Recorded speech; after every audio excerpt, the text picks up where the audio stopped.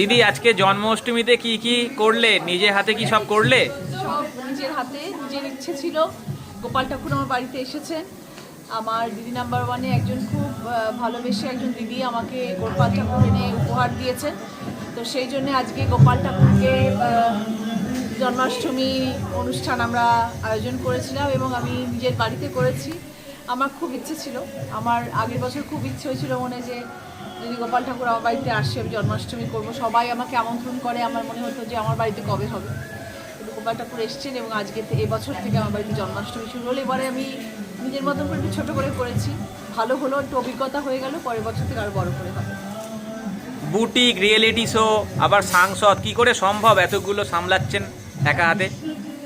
চাইলে সব হয়, ঠাকুরের কৃপা, সব গোপালের কৃপা, জগন্নাথের কৃপা, সব কিছু ঠাকুরের আশীর্বাদ থাকলে সব কিছু সম্ভব, সব কিছুই করা যায়। চাইলে সব জায়গা ভাগ করে করে, সব সময়কে ভাগ করে করে সব করা যায়। আজকের মেনুতে কি কি ছিল?